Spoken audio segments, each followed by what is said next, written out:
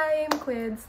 Na-start ko tong channel na to kasi gusto kong magkaroon ng monitoring ng progress ko throughout the year, in 2026. I'm planning to do a low-buy and some project pans kasi na-realize ko sobrang dami kong makeup. Enough makeup to last me maybe 15 years with normal usage kasi hindi naman ako makeup artist. Gusto ko tong gawin kasi feeling ko pag ako lang mag-isa, hindi ko siya kayang ma-achieve. So, kahit walang manood, pero kung meron manood and mag-comment ng tips nila kung paano to gawin ng mas maayos and mas organized, I'd be willing to read all of those. But, yeah, so start ko siya with my low-buy rules. Low-buy, kasi hindi ko kayang gawin yung no-buy at all. I really tried this in the first half of this year, which I was actually pretty successful, but that was because sobrang stressed ko sa residency. Nagawa ko talaga walang bilhin kasi wala na akong time at all mag-scroll sa mga shopping apps or go to the mall to buy. After ko actually mag-quit, parang bigla akong nagkaroon ng sudden urge na bumili ng kung ano-ano na hanggang ngayon feeling ko sinasuffer ko pa rin, and it's been 5 months since then, so medyo madami na naman ako na-accumulate na stuff, which I really wanted to change for next year kasi meron akong bigger goals in life. Saka ko na yun i-discuss siguro.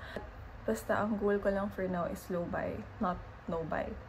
So first rule of course, bibili lang pag kailangan. Pero ano yung kailangan?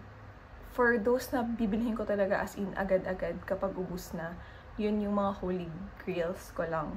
So basically, sa skincare, wala naman na akong problem doon kasi gawa ko na yung totoong holy grail ko. The skincare, yun na lang yung ginagamit ko ngayon. However, sa makeup, yun yung sobrang dami pa. But still, meron akong mga favorites na talagang ginagamit ko. Yun yung holy grail ko talaga. Pag naubos yung mga yun lang talaga, automatic replacement. So, siguro i-share ko kung ano yung mga products na yun in my next videos. Next is, hindi ko pwedeng gawin yung one in, one out thing kasi parang nung huli kong binilang, yung blushes ko nasa 30 plus, yung lipsticks ko, Stain and Bullet, parang nasa 30 din, yung lip balms, 20 plus din, or parang 30 plus din. It's a lot. So, hindi siya pwede ng one in, one out. Kasi if one in, one out, ibig sabihin, lagi ako may 30. So, hindi siya practical and reasonable to have. So, gagawin ko for lipsticks kasi mas madali siyang maubos for me or any lip product. 1 in, 3 out. Yun, pag nakaubos ako ng 3, saka lang ako pwede mag-purchase ng isa. Pero may rule din dun sa pag-purchase. I can only purchase, except for the holy grails and the essentials, I can only purchase 1 new item every month. Pero pwede lang akong bumili ng 1 na yun pag may naubos nga ako. Parang may layer yung mga rules ko sa pagbili.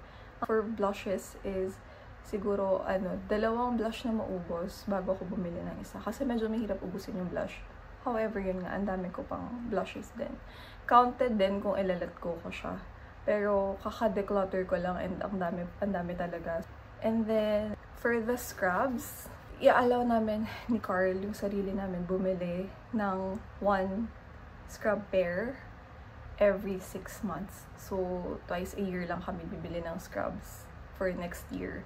Hopefully, magawa talaga namin. Pero kasi we have more than enough na scrubs, and i-share ko rin yun sa inyo kasi gusto ko rin gumawa ng video kung paano ko i-influence yung sarili ko sa mga wishlist na meron pa ako currently. For perfume, yung pinakang gusto ko lang talaga yun yung i-repurchase ko or kung ano yung naubos ko na gusto ko talaga. Make sure ko naubos ko. May tendency kasi akong bumili ng second ng backup pag kalahati na, which is not reasonable at masyado siyang magastos. Ano pa ba? Ano pa bang binibili ko? Usually yun na naman. Clothes. Ayun, for clothes, I can buy 2 products every 4 months. So, 3 times a year. Pwede ko gawin yun.